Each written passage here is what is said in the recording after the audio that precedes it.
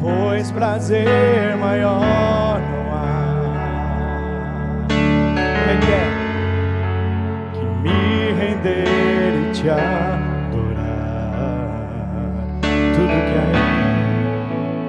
Tudo que há em mim, eu quero te ofertar. Mais ainda é pouco, eu sei. Se comparável ao que vem, se comparado ao que não sou apenas servo, seu amigo me tornei.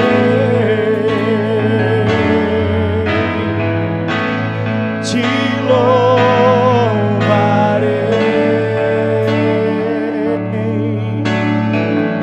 não importam as circunstâncias, te adorarei,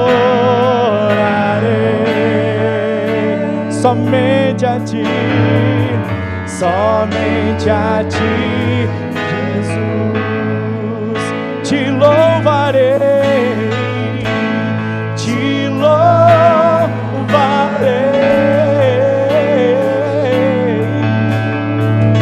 não importam as circunstâncias, te adorarei, somente a ti, Jesus. Profetiza isso e diga mais uma vez: te louvarei. Oh, não importam as circunstâncias, te adorarei, te adorarei, somente a ti, somente a ti, Jesus. Levante o altar a Ele nessa noite, aleluia. Levante o altar à adoração, diga para o teu corpo, você precisa se submeter à vontade do Espírito Santo, que haja um renovo sobre vocês agora, que todo cansaço, em nome de Jesus, caia por terra, em nome de Jesus, que o vinho novo venha ser derramado sobre a vida de vocês, em nome do Pai, do Filho e do Espírito Santo de Deus, amém? Vamos aplaudir o Senhor, porque Ele é digno. Se é para Ele, faça diferente. Se é para Ele, dê um grito de júbilo, dê um grito de glória a Deus, aleluia, faça alguma coisa, mas aplauda o nome do Senhor. Ele é digno de todo louvor, e é por Ele e para Ele que são todas as coisas, amém. Glória a Deus, glória a Deus, amém, glória a Deus. Boa noite, a graça e a paz para todos vocês. Você que está em casa, você que está assistindo essa mensagem, que vai assistir essa mensagem, nós pedimos um favorzão para você, que você se inscreva no canal, que você dê o seu like, que você ative o sininho para você receber as notificações. Você está no canal Profetas em Movimento, e que Deus venha falar com você através dessa mensagem, amém? Que Deus abençoe. Vamos para a palavra, amém? Que a palavra de Deus venha a ser pregada, e aonde a palavra de Deus é pregada, há convencimento e arrependimento dos pecados, que o espírito de arrependimento venha a vir sobre cada um de nós, amém? Que o espírito de arrependimento venha a vir sobre cada um de nós. A Bíblia não fala que quando cantavam eles se arrependeram, a Bíblia não fala quando eles se vestiam bem eles se arrependeram, a Bíblia não fala quando eles estavam em algum lugar eles apenas se arrependeram. A Bíblia fala que quando a palavra foi pregada, houve profundo arrependimento. Então o meu desejo nesta noite, nessa ministração, é que quando a palavra de Deus estiver sendo ministrada, haja profundo arrependimento aí onde você está. Quem sabe você está assistindo essa pregação num quarto escuro, à espera de uma paz que não tem. Quem sabe você está pronto para se drogar, está pronto para se picar, você está pronto para buscar um uma felicidade que você não encontra em nada. Eu quero dizer para você que em nome de Jesus, essa palavra vai te atingir agora, e em nome de Jesus você vai ser livre. Você vai descobrir pela palavra de Deus o que é felicidade, e você vai trocar esses desejos, você vai trocar esses prazeres falsos pela verdadeira felicidade, que é a palavra de Deus. Quando ela penetra no coração do homem, como ela está penetrando no teu coração nessa noite, em nome de Jesus, ela traz libertação para o homem. Que você seja livre. Você que está ouvindo essa palavra, você que está passando por uma enfermidade, você seja curado. Que você está passando por um momento de prisão, seja na prostituição, seja na drogadição, seja na perversão, em nome de Jesus, que a unção que está sobre a nossa vida nesse lugar, que o mesmo ambiente que está nesse lugar, que invada esse quarto escuro, que invada esse beco onde você está, que invada esse motel onde você está, que invada os lugares aonde você está no lugar certo sim, porque Deus vai te alcançar aonde quer que você esteja. Você está no lugar exato aonde Deus escolheu para você estar no momento dessa ministração. Em nome de Jesus, receba e seja cheio novamente da presença de Deus. Você pastor caído que está nos assistindo, você líder caído que está nos assistindo, que a droga te derrubou, que o desespero, que a frustração te derrubou, te frustrou, em nome de Jesus, levante-se e ande para a glória de Deus.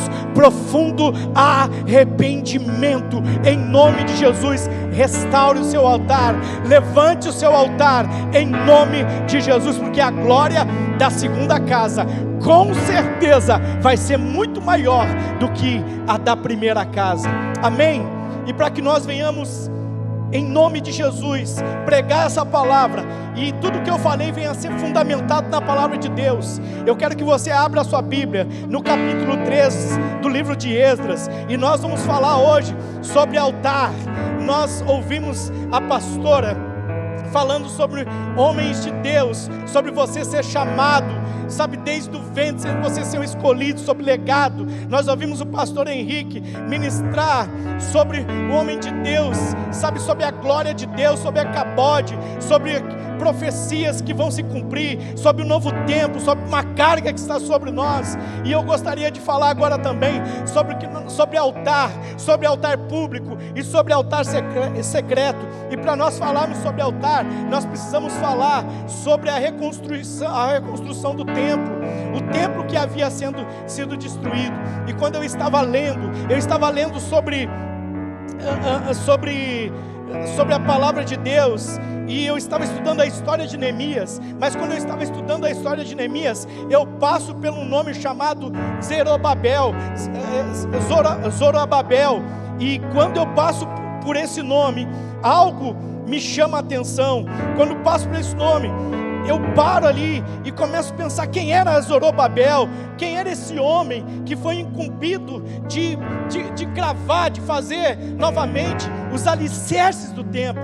Quem era esse homem que foi incumbido de reestruturar novamente os alicerces do templo. E quando eu começo a ler sobre Zorobabel, eu entendo a questão de reconstrução do altar. Olha só, Esdras capítulo 3, versículo 3, diz bem assim: apesar do receio que tinham dos povos ao redor, firmaram o altar sobre sua base, e nele ofereceram holocaustos, os sacrifícios totalmente queimados a Deus o Senhor, pela manhã e também pelo pôr do sol. Amém? O versículo 7 do mesmo capítulo 3, nos fala assim, sobre o início da obra, sobre o início da construção. Vamos lá para o capítulo 3, versículo 8. Vamos no versículo 7 aqui. O início da obra de reconstrução. Esdras, capítulo 3 e o versículo 7.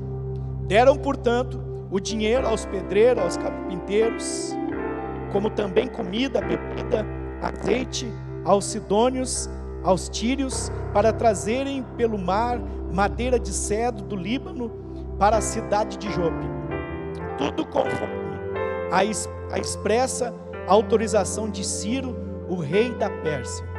Tudo conforme a expressa autorização de Ciro, o rei da Pérsia. É interessante nós falarmos sobre Ciro, porque é interessante que nós vemos aqui um governador, nós vemos uma autoridade que se dobra à vontade de Deus e que reconhece Deus nos seus caminhos.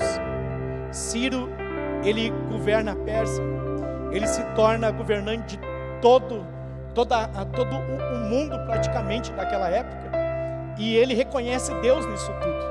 E por reconhecer Deus nisso tudo, ele entende que Jerusalém foi castigada, ele entende que o templo foi destruído, ele entende que o Deus de Israel, o templo do Deus de Israel estava destruído e o povo estava em cativeiro.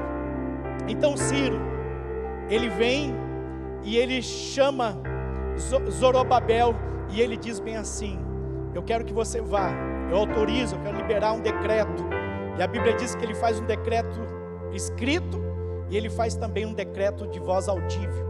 O decreto de voz audível é quando ele sai na porta do palácio, ele chama todo o parlamento, ele chama todo o congresso e ele grita em alta voz dizendo: eu declaro, eu como rei decreto que estou liberando, estou autorizando a reconstrução do povo, do templo de Israel. Eu estou autorizando e eu estou colocando Zorobabel como líder, e a Bíblia diz que Zorobabel, ele sai com a função de reconstruir o templo. Ele sai com 42.360 pessoas, 42.360 judeus, é o número que ele sai. Sai mais 7 mil e poucas pessoas e mais 200 cantores, se eu não me engano, para que toda essa congregação seja estipulada de novo.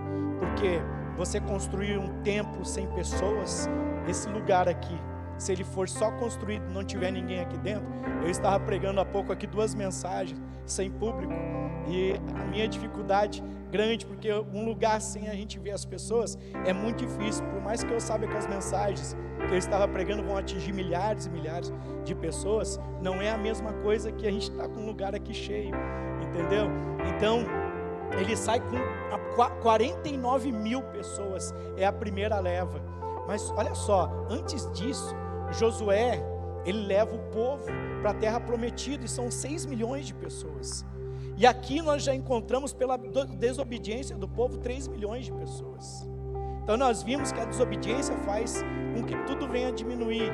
Nada cresce em desobediência, nada consegue avançar em desobediência. Josué sai com 6 milhões de pessoas. E quando nós vemos essa realidade agora, nós encontramos aqui no cativeiro 3 milhões de pessoas, a qual 49 mil pessoas, quase 50 mil pessoas, saem sob o comando de Zorobabel. Quando Zorobabel chega, a função dele era justamente colocar os alicerces do templo. Era o tempo de colocar alicerces. Mas a palavra de Deus diz que esse príncipe de Judá, descendente de Davi, a qual ele era, a descendência de Zorobabel, ele era a descendência de Davi.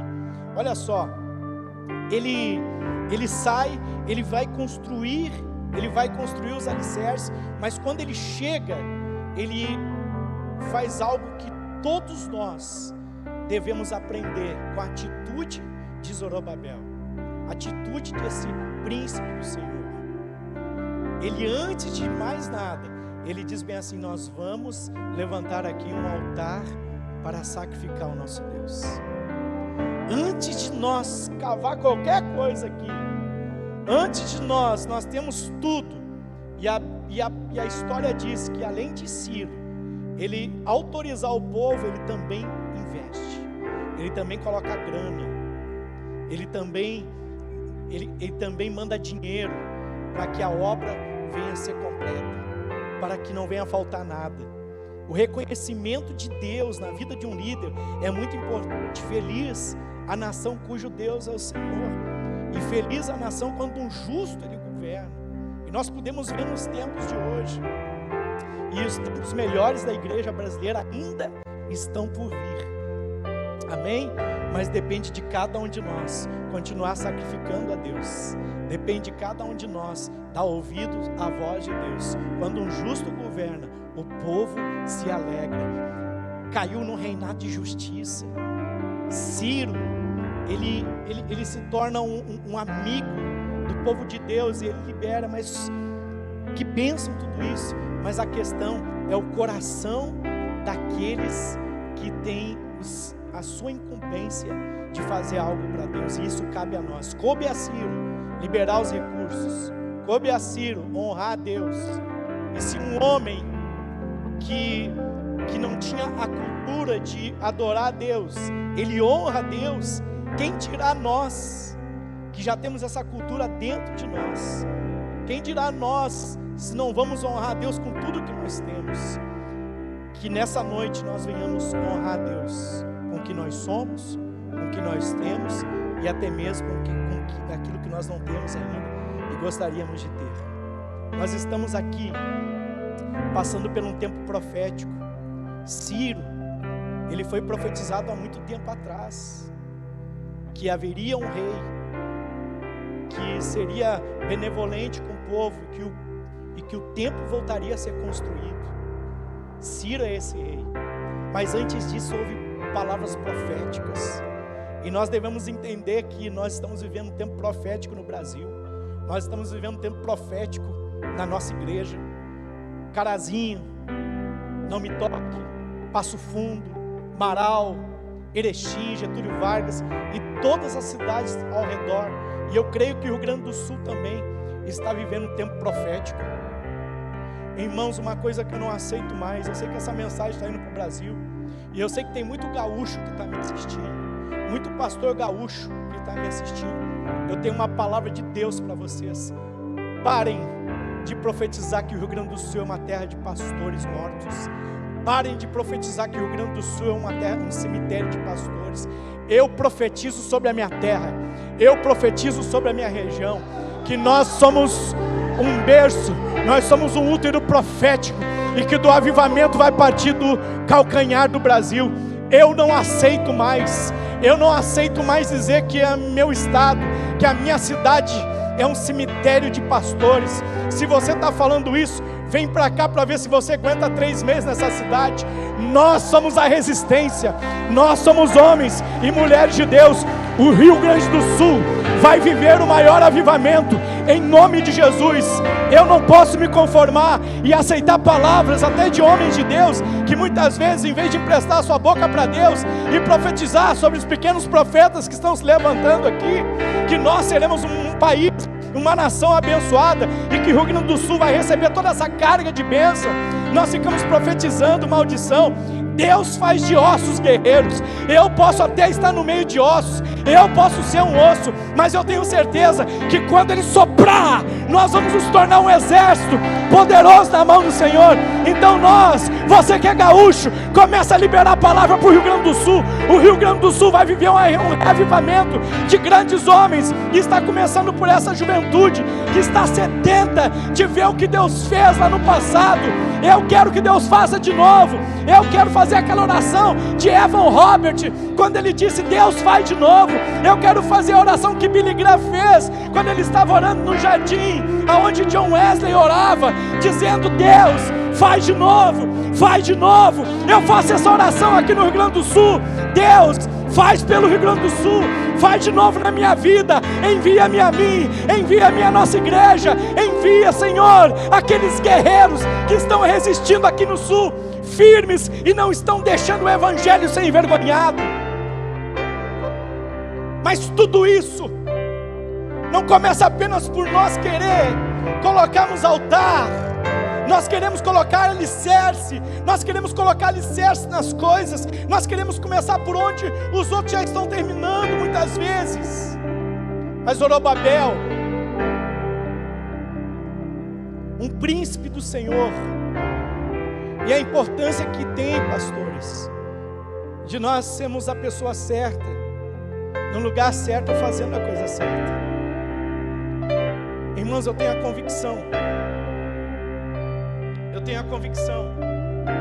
que eu sou a pessoa certa para esse tempo. Eu Eu tenho a convicção que eu estou no lugar certo para esse tempo. E eu tenho a convicção de que eu estou fazendo a coisa certa para esse tempo. Você tem que andar por isso. Esses homens extras que vêm um tempo depois conferir a construção do templo, 14 anos depois vem Neemias para edificar os muros da cidade, as portas que estavam queimadas. Todos esses homens viveram em tempos diferentes. Houve guerra para construir. Os inimigos não queriam que o templo fosse reerguido. Os inimigos não queriam que as portas fossem restauradas. Os inimigos não queriam que os muros fossem consertados. Sempre vai haver resistência. Mas nós temos que saber que somos as pessoas certas, no lugar certo e fazendo a coisa certa. Porque se nós tivermos essa convicção, nada, nem ninguém vai nos parar. Por um caminho, os inimigos virão até nós, mas por 7 caminhos, eles vão ter que fugir de nós. Aleluia, eu creio nisso. É um novo tempo para a nossa cidade, esse momento aqui. É um novo tempo. Pastor Daniel, pastores que estão presentes, pastores que estão nos assistindo. A gente não é melhor do que ninguém, mas nós já somos melhores do que nós éramos antes. A nossa igreja não é melhor do que nenhuma outra, mas nossa igreja é melhor de quem nossa igreja era ontem. E por isso nós temos essa convicção de que somos as pessoas certas, no lugar certo, fazendo a coisa certa. Vocês se prontificaram a vir de tão longe. Alguns irmãos trabalharam o dia todo, estão aqui. Os meninos estão da filmagem aqui desde de manhã montando. Por quê, queridos? Porque nós sabemos que além de toda essa estrutura montada existe um céu se movendo. Para que você que está assistindo essa pregação entenda que há profeta no Rio Grande do Sul. E não é profeta parado, é profeta em movimento. É gente que está se movimentando pelo reino. Não porque nós somos melhores do que alguém, mas nós já somos melhores. Eu já sou melhor do que eu era antes. E isso basta para saber que eu sou a pessoa certa para liberar essas palavras no tempo certo e no lugar certo. Para cada tempo Deus levanta homens certos para fazerem as coisas certas e estarem no lugar certo. Você tem a convicção de que você está no lugar certo? E qual é o melhor lugar para um crente estar? É no centro da vontade do Pai. É no centro da vontade de Deus. Aleluia, no centro da vontade de Deus. Você não fica dizendo assim: o Senhor é meu pastor e nada me faltará. E fica achando que Deus tem que te dar coisa. Não, o Senhor é meu pastor, e por Ele ser o meu pastor, de nada mais eu tenho falta. Esse é o centro da vontade de Deus. Não é ficar correndo atrás do vento, não é ficar dando soco atrás do vento, mas anunciar a palavra em tempo e fora de tempo. Nós somos apaixonados pelo Evangelho. Amém? O Rio Grande do Sul, pelo nível de resistência que tem, eu creio, e pelo nível de crente que tem, de pastor que está se esforçando para ficar nessa terra e que vai permanecer nessa terra, Deus tem se agradado da fé de muitos e de muitas. A fé desses jovens que tem tudo para fazer tudo errado, mas permanecem firmes no Senhor. E Deus levantando pastores. É tempo de vocês voltarem para o sul. É tempo de vocês pararem de criticar o Rio Grande do Sul e voltar para o sul e terminar aquilo que Deus mandou vocês fazerem daqui. Vocês só podem sair do sul, o pastor só pode sair do sul quando cumprir aquilo que Deus determinou para cumprir. Sabe por que você não está sendo feliz na sua igreja? Sabe por que você não está sendo feliz no ministério? Sabe por que o teu ministério até tem uma multidão de pessoas, mas você se sente vazio? Porque você saiu daqui para fazer e deixou de gerar onde Deus te plantou para gerar. Você confundiu o que era para ser gerado e passou a fazer. Você buscou os teus projetos. E a pior tragédia de um homem é ter sucesso naquilo que Deus não chamou ele para fazer. Que Deus levante de novo homens e mulheres com compromisso de ficar até segunda ordem. A Bíblia diz que Zorobabel, ele volta e ele disse bem assim: vamos construir um templo para Deus. A Bíblia diz no versículo 8 que no segundo mês do segundo ano depois de chegarem à casa de Deus em Jerusalém, Zorobabel, filho de Sealtiel, e Jesua, e Josadaque e outros seus irmãos e sacerdotes e levitas, todos retornaram do cativeiro para Jerusalém e deram início à reconstrução do templo. Designaram os levitas de 20 anos para cima supervisionarem a obra e a construção do novo templo do Senhor. A Bíblia diz que eles voltam, e eu fico perguntando por que eles destinaram levitas acima de 20 anos. Porque Deus não chama para a sala de reunião gente que ainda quer ficar no playground. Na sala de reunião de Deus só entra gente adulta. A igreja brasileira está entregando o microfone na mão de criança. Nós vemos líderes, nós vemos cantores que não conhecem nada de Bíblia. Nós temos cantores que estão conduzindo conferências. Nós temos pregadores que estão recebendo milhares e milhares de cliques da igreja, com milhões e milhões de seguidores, e não entende nada da palavra de Deus. Estão fazendo do evangelho um entretenimento, uma fonte de renda. Então ele coloca para construir levitas acima de 20 anos, homens que já sabem o que tem que ser feito, que já estão no processo de maturidade. Eu tenho uma palavra para você, pastor: para de colocar microfone na mão de criança. O avivamento tem que ser pastoreado por homens sérios, por homens maduros. No judaísmo, jovem não aconselha jovem. Um jovem tem que sempre andar com o mais velho. É por isso que no nosso meio, os jovens muitas vezes estão caindo, porque os mais velhos não têm se levantado, as mulheres mais velhas não têm sido as mulheres que ensinam como a Bíblia fala, os homens não têm sido exemplos. Mas aqui, a ordem é colocar levitas acima de 20 anos. Pastores, está na hora de parar de colocar microfone na mão de criança. E quando eu falo na mão de criança, eu não estou falando só de idade, porque existem já muitas pessoas que têm idade mínima e têm uma responsabilidade com Deus muito séria. Nós vemos um menino chamado Nicolas, se eu não me engano, que é um deputado, um vereador, e esse menino está quebrando tudo. A maturidade que esse menino tem, o microfone está na mão dele. Deus deu uma voz para ele. Nós vemos outros meninos que estão quebrando tudo, que são uma bênção. Mas quando a Bíblia fala de maturidade, ela não está falando só de idade, mas de você ter uma base bíblica a ponto de você saber, como Augusto Nicodemos diz, aquilo que é teológico, aquilo que não é teológico. O crente maduro precisa saber aquilo que é e aquilo que não é, e não pode ficar confuso. Uma igreja madura, um crente maduro, ele tem que saber o que é bíblico e o que não é bíblico e dizer não. Mas o que acontece hoje? Tudo é bíblico. O pecado se transformou em fraqueza. Pecado não é mais chamado pelo nome. Olha para mim, pecado tem dia, pecado tem nome, pecado tem hora e pecado tem lugar. É hora da igreja brasileira começar a dar nome para suas falhas, para os seus pecados, e parar de amenizar as coisas. Estamos vivendo um tempo de preconceito linguístico. Tem tudo agora. Agora o mundo das letras, você vai numa faculdade de letra, vai conversar com alguém que está estudando letra.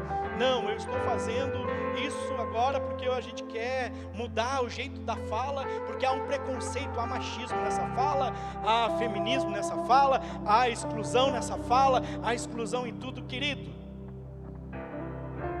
Quando a gente vai nos Estados Unidos, por mais que a gente não goste das coisas dos Estados Unidos, a gente não se atreve a querer mudar as regras lá nos Estados Unidos, sim ou não? Você vai para os Estados Unidos, você fica pianinho, você se submete às regras americanas.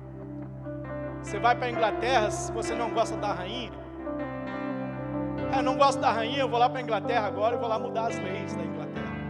Não, você vai lá, mas você não gosta, você fica pianinho. Aí você vem para a igreja, o evangelho com mais de 2000 anos, só da morte de Jesus, fora os outros 3000 anos para trás, e você quer mudar a Bíblia. E aí tem um cidadão dizendo que a Bíblia tem que ser reconfigurada. Meu querido, que tem que ser reconfigurado é o teu caráter, a tua conversão, a tua forma de ver o evangelho. A palavra de Deus é imutável. A gente não se atreve a mudar as leis de um país, porque sabe da penalidade, e a gente quer mudar as leis de Deus. O crente carnal não é aquele que prostitui, não é aquele que não entrega dízimo. O crente carnal não é aquele que adultera, esse é endemoniado mesmo. O crente carnal é aquele que quer adaptar a Bíblia à sua realidade. O crente carnal é aquele que quer que a Bíblia está dizendo para entregar 10%, cara, não, eu entrego 5%, o resto eu dou oferta e é eu e Deus. Esse é carnal. E eu digo para vocês, é melhor lidar com o endemoniado do que com o carnal. Sim ou não, pastor? Pastores, é ou não? Põe no comentário aí. Porque o endemoniado que tem a autoridade do Espírito Santo, o Ecabode vem, a glória de Deus vem, não estava demônio para nem contar a história. Agora manda um carnal ficar quieto, ele soca você. Sim ou não? Você diz em nome de Jesus, se o cara está endemoniado, ele na hora.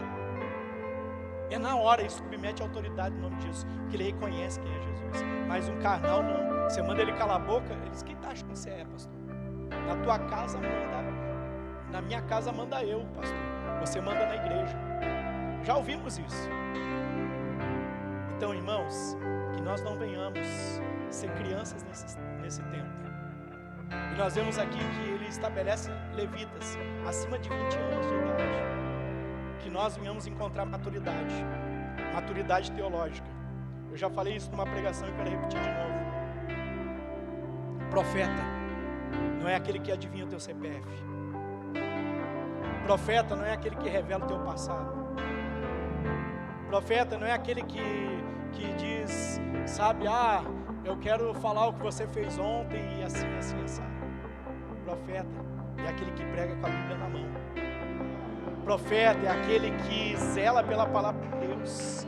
Profeta é aquele que, quando o povo está se desviando e os pastores estão se desviando da verdade, o povo está se corrompendo, ele se levanta, ele tem compromisso com o pastor, compromisso com a igreja, mas a responsabilidade dele é com Deus. Ele ouve a voz de Deus, e por mais que a cabeça dele possa rolar dentro do ministério, ele mesmo assim vai ficar com a palavra de Deus. E sabe o que Deus está fazendo? Deus está levantando nesses últimos dias homens que respeitam a autoridade, sim, homens que têm compromisso com a igreja, sim, mas que a responsabilidade ela esteja com a palavra de Deus, uma responsabilidade teológica. Profeta, ele prega com a Bíblia na mão. Profeta, ele não fica adivinhando, mas ele diz, assim diz o Senhor, arrependei-vos, porque é chegado o dia do Senhor. Profeta não é aquele que tem milhares de seguidores. Profeta é aqueles que têm milhares perseguindo. Profeta não é aqueles que têm milhares de pessoas seguindo ele para dizer que ele é bom. Profeta é aquele que a Jezabel está sempre na cola dele, é aquele que está sempre sendo caluniado, é aquele que mesmo o povo de Deus, muitas vezes sendo enganado, não entende ele. Profeta não é para ter status diante dos homens. Profeta é para ter status diante de Deus. Profeta é para ter cabeça rolando. Se você se diz um profeta de Deus e quer andar de carrão e quer ter like, me desculpa, você é uma fraude do reino de Deus. É tempo de você retornar para a Bíblia. A Bíblia é a palavra de Deus. Nós não estamos aqui para conseguir seguidores, nós estamos aqui para fazer que os homens sejam seguidores daquele que nos amou primeiro. Nós não estamos aqui para receber dinheiro por um canal de YouTube, para receber dinheiro, monetização, pregar o que o povo quer ouvir. Essa palavra não é o que você quer ouvir, mas é a palavra que Deus está trazendo para você. Não é uma palavra que vai trazer seguidores para o canal em movimento, mas é uma palavra que vai trazer, em nome de Jesus, juízo para aqueles que perderam a rota. Deus está realinhando você, Deus está te chamando para um novo tempo, e é preciso que você, antes de colocar alicerces, você faça um altar para Deus. Sabe o que ele faz? Ele diz bem assim, nós precisamos construir o altar de Deus, nós precisamos alinhar esse negócio. E eles começam a reconstrução do altar. Apesar do receio que eles tinham, capítulo 3 de Esdras, e o versículo 3, diz bem assim, apesar do receio que tinham dos povos ao redor, firmaram ali um altar sob a sua base e nele ofereceram holocausto, os sacrifícios totalmente queimados. Para quem? Para Deus, pela manhã e também no pôr do sol. O que me chama a atenção aqui, agora me chamou a atenção, é a questão do sacrifício totalmente queimado. Irmão, ou você sacrifica tudo ou você sacrifica nada. Deus não gosta de carne ao ponto. Deus gosta de churrasco queimado mesmo. Amém? Não tem que sobrar nada da tua carne. Eu gosto, a gente chega no restaurante, eu não sabia o que era carne ao ponto. E aí eu fui descobrir, a pastora que é mais da gastronomia, ela descobriu. Ela pedia carne ao ponto. O que é carne ao ponto? Eu gosto, sabe, me dá carne ao ponto, e às vezes a carne vinha meio avermelhada. Eu descobri que eu não gosto de carne ao ponto. Eu gosto da carne bem passada, né? E Deus é mais exagerado ainda. Deus não é nem da carne bem passada, Ele gosta da cinza. Ele gosta do pó. Porque Deus é um artista. E do pó Ele faz coisas grandes. Do nada Ele faz tudo. De ossos Ele faz dinheiro. Deus gosta de coisa que nós geralmente não íamos consumir, mas Ele consome. E faz das cinzas, faz de um vale de ossos secos um exército de guerreiros. Deixa Deus te consumir. O fogo de Deus não é para destruir. Tem gente que tem medo de ser queimado por esse fogo. O fogo de Deus não é para destruir. O fogo de Deus é para consumir o que é palha. É tempo de nós deixarmos que o nosso sacrifício vire cinza. Você me diz, pastor, eu sacrifico, mas eu não consigo o resultado. Por que, querido, você não deixa o sacrifício virar cinza? Você sacrifica um pouco, mas outro pouco você divide o sacrifício. Você não quer oferecer carne ao ponto, mal passada para Deus, não. O que está dizendo aqui? Sacrifícios totalmente queimados. Deixa Ele te queimar todo. Deixa Ele te consumir pelo... Às vezes Deus te olha com um olhar de fogo, sabe aquele olhar de fogo? E a gente deixa até Ele vir consumindo uma parte, mas quando Ele vai tocar em partes que nós não estamos dispostos a abrir mão, nós acordamos de novo. E nós dissemos, tá bom assim, Deus. Deus não gosta de carne mal passada. Deus não gosta de carne ao ponto. Os sacrifícios a Deus tem que ser totalmente queimados, até que não haja mais nada em nós. A gente sacrifica, mas sacrifica errado. A gente levanta o altar para Deus, mas coloca sacrifício que não agradam a Deus. E você está dizendo assim, pastor, eu faço tanto, eu sacrifico tanto, mas você não deixa queimar tudo. Quando Deus vai consumar a obra, você vai lá e se mete. Quando Deus vai consumar a obra, você diz, mas posso perder tudo. Mas eu conquistei. Quem disse que foi você que conquistou tudo que nós temos? Deus permitiu. Ele quem dá, Ele quem tira. Deus complica. Eu sei que Deus complica. Diga para o teu irmão, Deus complica. Mais uma vez, complica. Não é assim que você está sentindo? Está tudo complicado, pastor. Eu aceitei Jesus e ainda complicou mais ainda. Deus tem um negócio com fogo, né? Deus tem um negócio com queimar a gente. Aí eu me lembrei agora de Mesaque, Sadraque e Abednego. Deus complica, né? Coloca os caras lá, o rei diz, não, já que Deus gosta, eu acho que o rei era o único que entendia Deus, né? Só que Deus gosta de carne bem passada, então bota 10 vezes mais forte a chama da fornalha lá e Deus complicou. Sim ou não? Para Deus nada pode ser facinho, sabe por quê que não pode ser fácil? Pastor, podia ser tão fácil o milagre, para quê? Para você dizer na tua carnalidade, na tua carne mal passada, que você ajudou Deus. Então Deus te queima todinho, até que não haja mais nada de encontre e diga, Deus, eu não tenho mais o que fazer. Eu não sei mais o que fazer. Eu não tenho ainda. Aí Deus acaba com teus super-heróis, acaba com o Homem-Aranha, Ele acaba com o Hulk. O meu super-herói preferido é o Hulk, só para vocês entenderem. Eu gosto do Hulk, que ele é 100% raiva e adrenalina.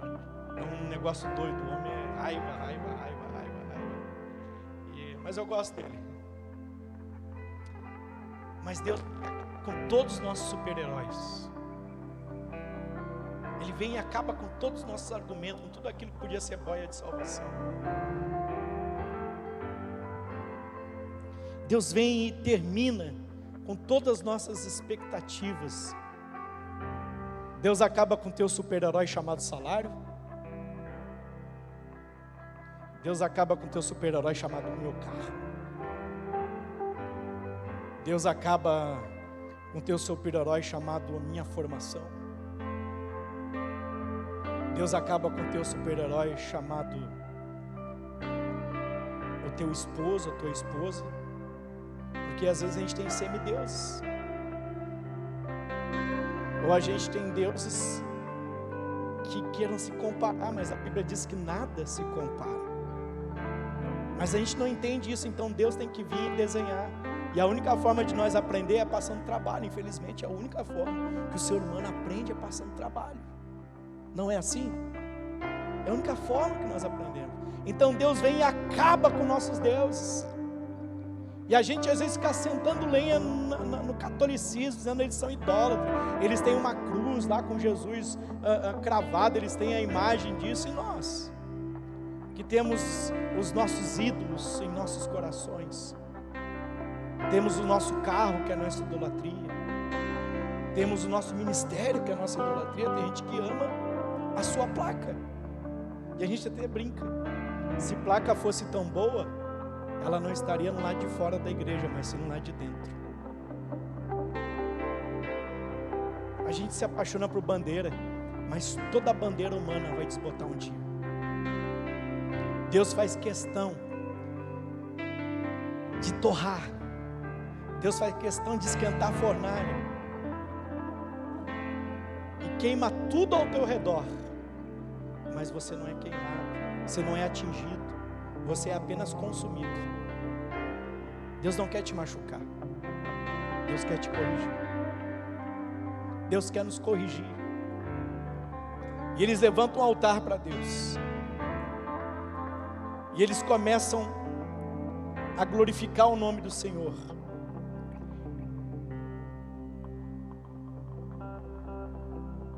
Eu quero falar algo muito importante para vocês. Sem altar não existe prosperidade em nenhuma área da nossa vida. Sem o altar ideal não existe prosperidade. Você pode ser um homem rico, você pode ser um homem de bens, uma mulher de bens, uma mulher bem formada, um homem bem formado. Prosperidade não é grana, prosperidade não é carro, prosperidade não é casão, prosperidade não é viagem, prosperidade não é andar de avião, prosperidade é ter uma vida plena em todas as áreas de nossa vida. Sem um altar consertado, sem um altar ideal, não existe prosperidade.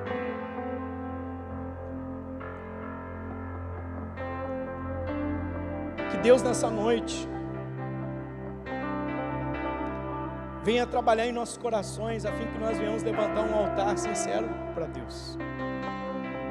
Zorobabel, ele se preocupou em primeiro lugar antes de construir. Diz: calma, não adianta nós construir nada, nós temos coisa boa aqui, nós temos grana, nós temos condição, o rei está do nosso lado, nós temos autorização para tudo, mas vamos ver primeiro, vamos agradar primeiro ao nosso Deus. Deus está pronto para liberar os recursos do céu para nós, mas Ele ainda está queimando a gente, até sermos consumidos por esse desejo capitalista de ter, de ser, até nós sermos consumidos, e que não reste mais nada em nós, a não ser a única opção de ser reconstruído por Ele, para que nós venhamos ser feitos conforme a sua imagem e semelhança. Ser feita em imagem e semelhança de Deus, não é ter o rosto de Deus, mas é ter o caráter, a vontade de Deus em nós. Então que Deus nessa noite, que Deus através dessa pregação te reconstrua o altar na sua vida. A importância do altar secreto. Nós vemos que Moisés lá em Êxodo 33:18 constrói um altar secreto também para Deus. Ele quer ver Deus face a face. Muitos querem ter experiência de intimidade com Deus, mas de uma forma religiosa, oferece sacrifícios públicos para Deus, mas seus corações estão distantes da verdadeira adoração. Adorar a Deus não é levantar as mãos aqui dentro da igreja. Adorar a Deus é dobrar os joelhos lá fora. Adorar a Deus é quando tudo isso se apaga aqui, e nós queimamos mais quando está apagado do que quando está aceso. Você conhece um adorador? Quando ele foge das luzes, quando ele não quer luzes. Eu sou fã da minha esposa. Cara, ela prega muito mais do que eu. Ela arrebenta. Ela estava pregando ali, levantou o irmão, Cris, vou ficar tudo arrepiado. Essa mulher, parabéns. Deus está falando comigo. Daí vem outros, irmão, Deus já falou tudo comigo. Amém? Não sei se foi só comigo que Deus falou através da pregação dela, mas a gente vê que ela estava nervosa, se escondendo. Eu não gosto de estar nos holofortes, eu não gosto. Eu gosto de pregar aqui na igreja. Eu disse, mas Deus colocou algo dentro do teu coração desde o ventre da tua mãe. A gente já sabe das experiências de vida que Deus tem. Foi uma das primeiras profetisas em movimento. Deve ter se movido também no ventre da dona Nena, da minha sogra. Então quando a gente reconhece isso na vida dos outros, a gente vê que, sabe, quem sabe você na sua descrição, pastor Henrique, está aqui no sul fazendo o trabalho dele, ajudando o pai, ajudando a mãe, e é uma configuração que eu mais me apaixono de ver, né, os pais e os filhos, e quem sabe um dia a gente pode fazer aqui uma pregação de pais e filhos, né, eu pregar com o Samuel, e você pregar com o Henrique. Eu acho que vai ser tão lindo, a gente começar, sabe, inspirar legados. Pastor, mas o senhor vai fazer isso, vai tocar na minha ferida? Não, nós vamos te ativar para você ser um pai que vai pregar para o teu filho. Você ser um pai que vai pregar com o teu filho. Você vai dizer, eu estou vendo o pastor Daniel pregar com o Henrique, eu estou vendo o pastor Cris pregar com o Samuel. Deus está me dando um filho já no mundo profético, e vai ter o tempo apostólico, e eu vou viver esse mesmo momento. Nós estamos aqui para ativar vocês. A palavra de Deus, ela não vem para levar você para um passado, para você se afundar, mas ela vem para trazer você para um presente, e lembrar de quem você é lá na frente. Aleluia. Nós estamos vivendo aqui uma noite profética. Nós estamos vivendo aqui tempos proféticos, como foi profetizado antes que eu estava falando, na vida, sabe, do rei Ciro, que teria um rei que ia libertar o povo. Era tempo profético. Mas todo o tempo profético passa, e depois vem o tempo apostólico. Fale comigo, tempo apostólico. O tempo profético é quando nós declaramos palavras, e nós declaramos que vocês que são filhos e filhas rejeitadas, vocês serão pais e mães acolhedores, que vão receber dupla honra dos seus filhos. Você está entendendo isso? Tudo aquilo que o diabo tirou de você, tudo aquilo que ele quis roubar na tua infância, tudo aquilo que ele, sabe, usurpou de você, Deus vai restituir nos teus filhos, Deus vai restituir nos teus netos. A Bíblia diz que a maldição pode ir até a terceira ou quarta geração, a maldição dos nossos pais, os pecados dos nossos pais, pode nos acompanhar até a terceira ou quarta geração, mas a bênção do Senhor, ela vai até 1000 gerações, e é sobre bênção que nós estamos profetizando. Hoje eu estou liberando uma palavra profética sobre a vida de você que é órfão, sobre a vida de você que está sozinho aqui.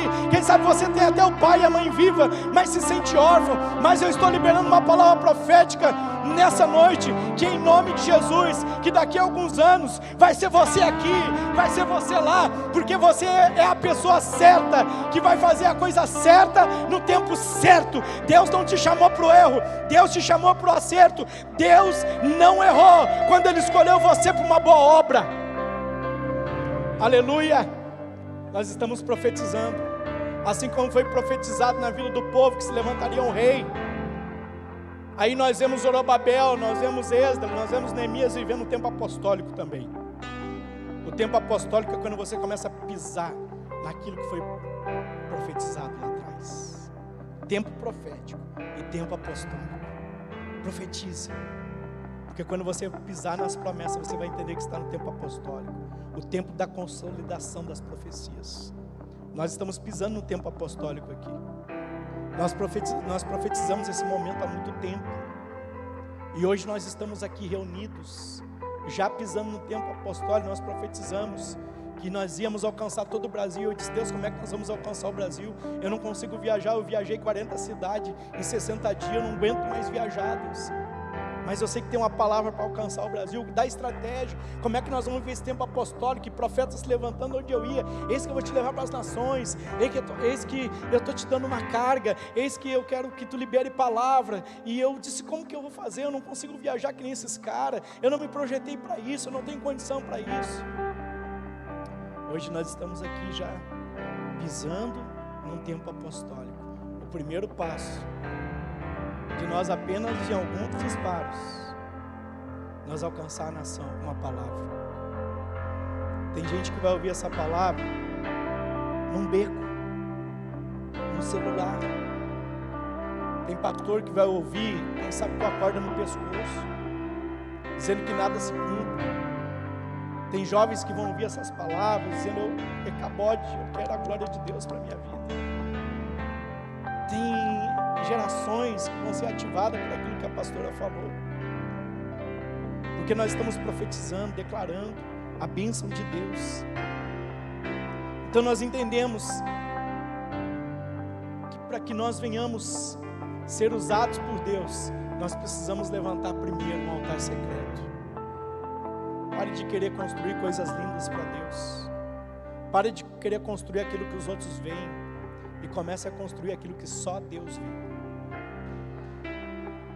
Só Deus vê você com o seu coração quebrantado no teu quarto. Pare de ser uma bênção em público e no secreto você não corresponder quando Deus te chama.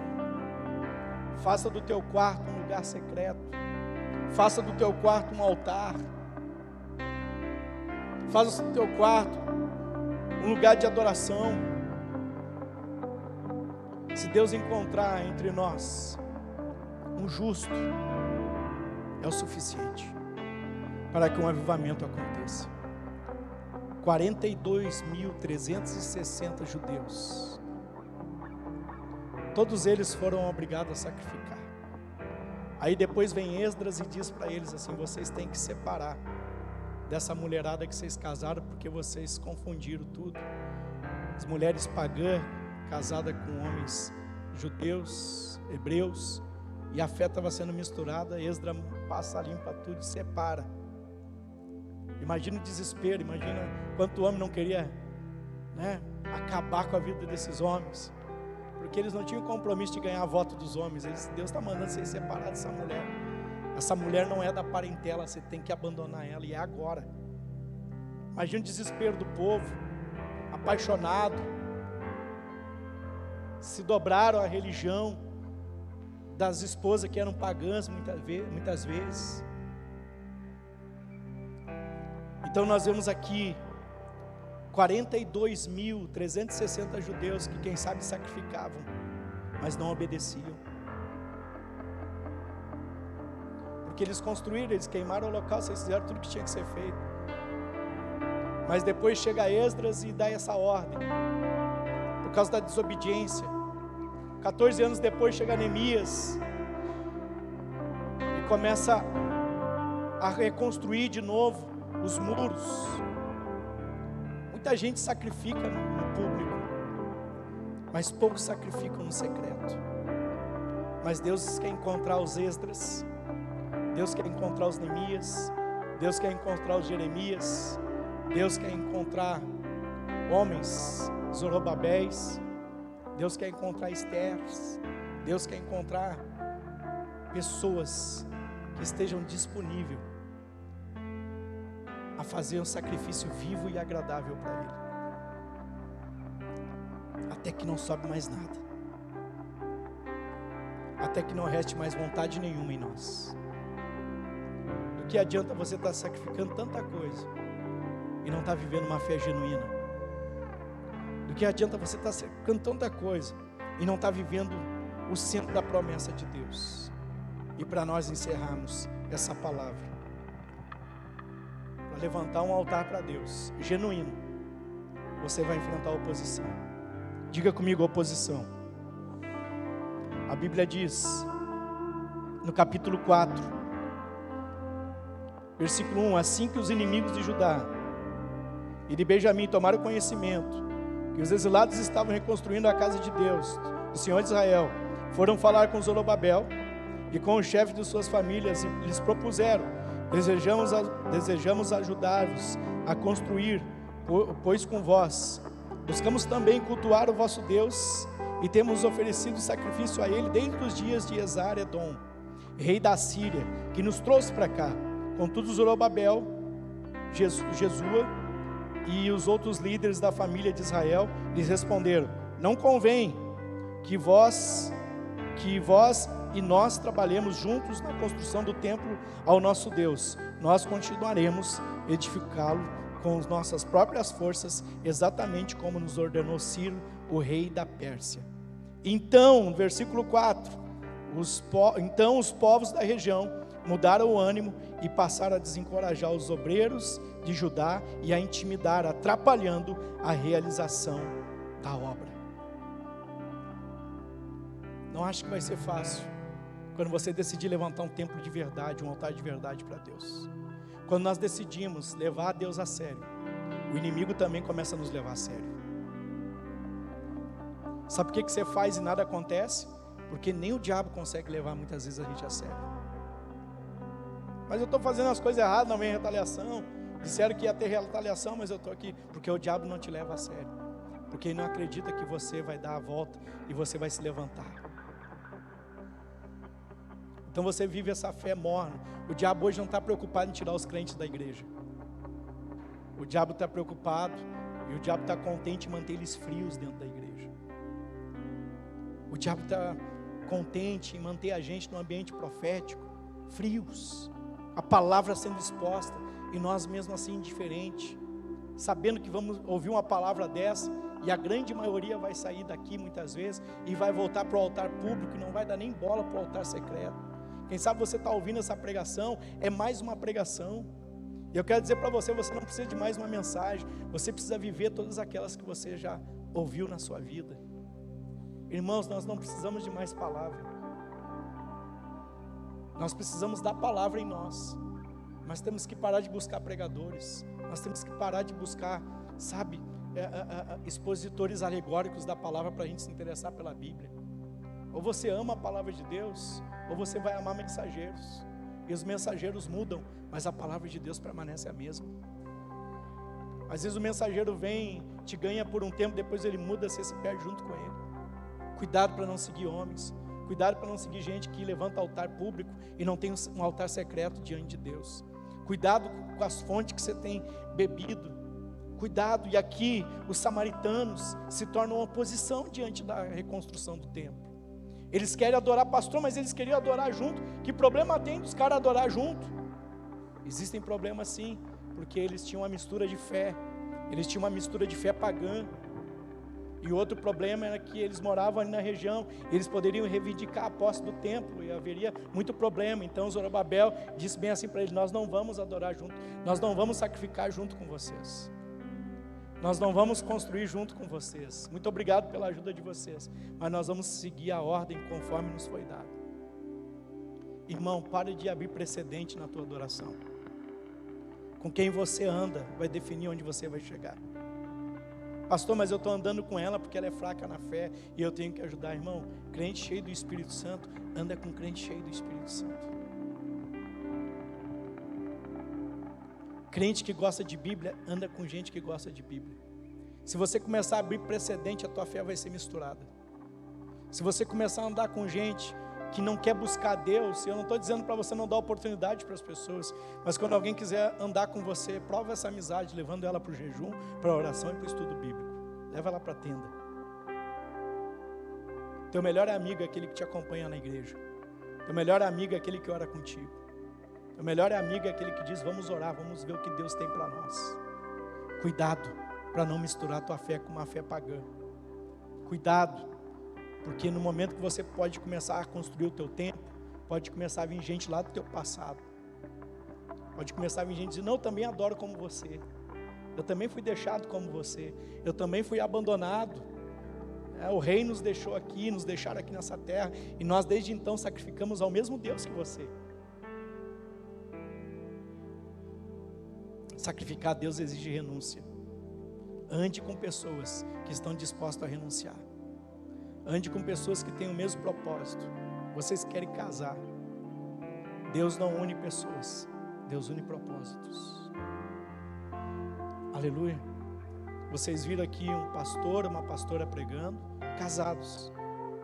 Nós temos aqui um casal de pastor, outro casal de pastores.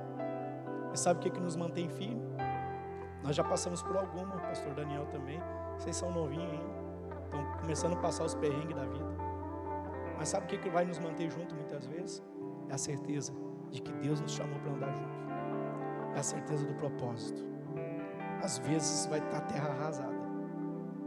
E o mundo e os amigos samaritanos, com fé misturada, às vezes dentro da nossa própria convivência, vão dizer, não, você separa. O pastor está separando hoje, é tranquilo, separa. Né? Pega outra. Pega a novinha.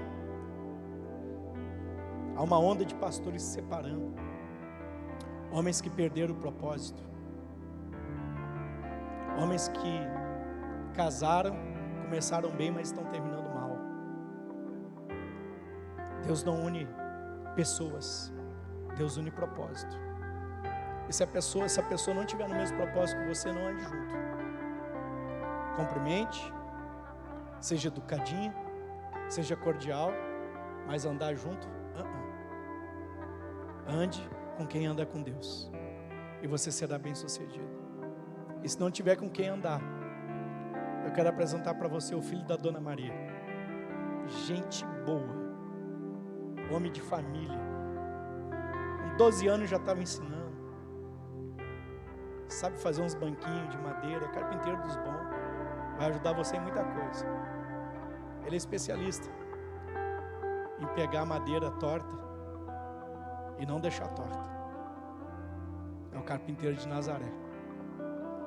Ele que quer transformar nosso caráter, nos fazer homens retos diante de Deus. Ele é especialista em construir altares também.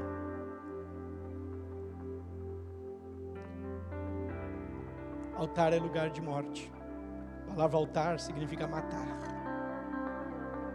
Ou você mata esse desejo, ou esse desejo vai matar você. Ou você acaba com esse pecado, ou esse pecado vai acabar com você. Altares. É preciso que nós venhamos, antes de colocar qualquer alicerce, pastor. Nós estamos aqui numa aliança tão linda com essa igreja. É bom, né? Parece que a gente está no mesmo.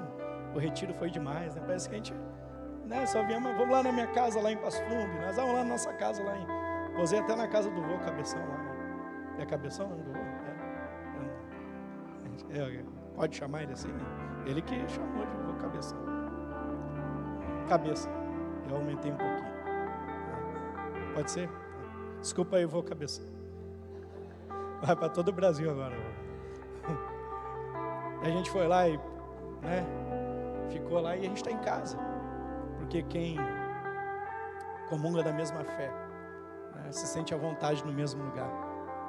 E que juntos, antes de colocar qualquer alicerce, a gente está levantando um altar para Deus. Não sei se tu notou, Henrique. Nós não temos nenhum alicerce. Nada de, vamos aliançar a igreja, vamos não. A nossa aliança não é na alma, é no espírito. Nós estamos levantando altares para Deus. E isso é tão lindo, é tão bom, quando a gente anda com gente com o mesmo propósito, a fim de levantar o altar. Que eu e você, nós que estamos aqui, nós venhamos levantar altares para Deus. Lembre-se, altar pode ser de pedra, pode ser de mármore, pode ser, é um lugar alto. Altar pode ser até um morrinho de terra. Mas o altar, ele tem um objetivo: que algo seja morto.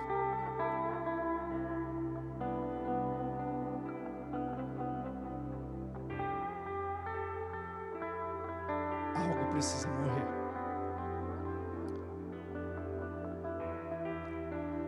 E Deus já provou desde Abraão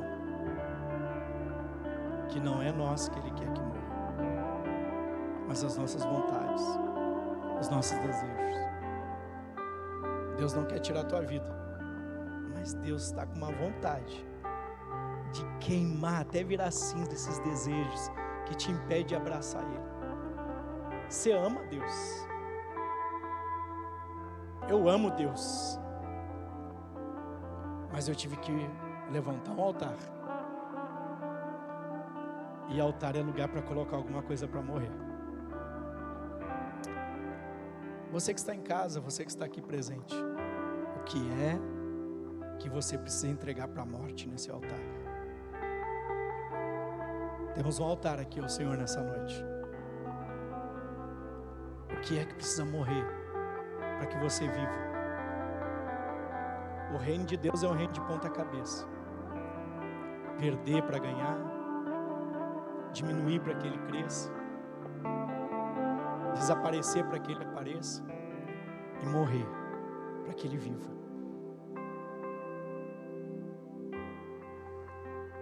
Morra nessa noite para as tuas vontades. Há um altar aqui. Coloque tudo diante dele. Tudo. Rabassonion delemash. Altar só tem um objetivo de existir: morrer. Nós morremos para o mundo, mas vivemos para Deus. Eu falei aos ouvidos, mas Ele falou aos corações. Que Deus abençoe. Pai, em nome de Jesus, nós oramos e te agradecemos por esse tempo. Zorobabel, Senhor, nos dá uma lição de que alicerces são importantes, construir é importante, e sabemos que vamos fazer tudo isso, mas não nos deixe dar um passo sem antes matar aquilo que pode destruir a nossa construção, sem antes matar aquilo que pode se levantar contra nós. E não são pessoas, são nossos próprios desejos. Eu oro nessa noite, oferecendo mais uma vez a Ti, Deus, meu coração. Vê se há em mim algum caminho mau, vê se há em nós aqui algum caminho mau, e nos guia pelos Teus caminhos, pelas Tuas veredas, em nome de Jesus, até que nós venhamos nos abandonar em Tua presença. Assim eu oro, em nome do Pai, do Filho e do doce e gentil Espírito Santo. Amém. Amém, queridos. Toda honra, toda glória e todo louvor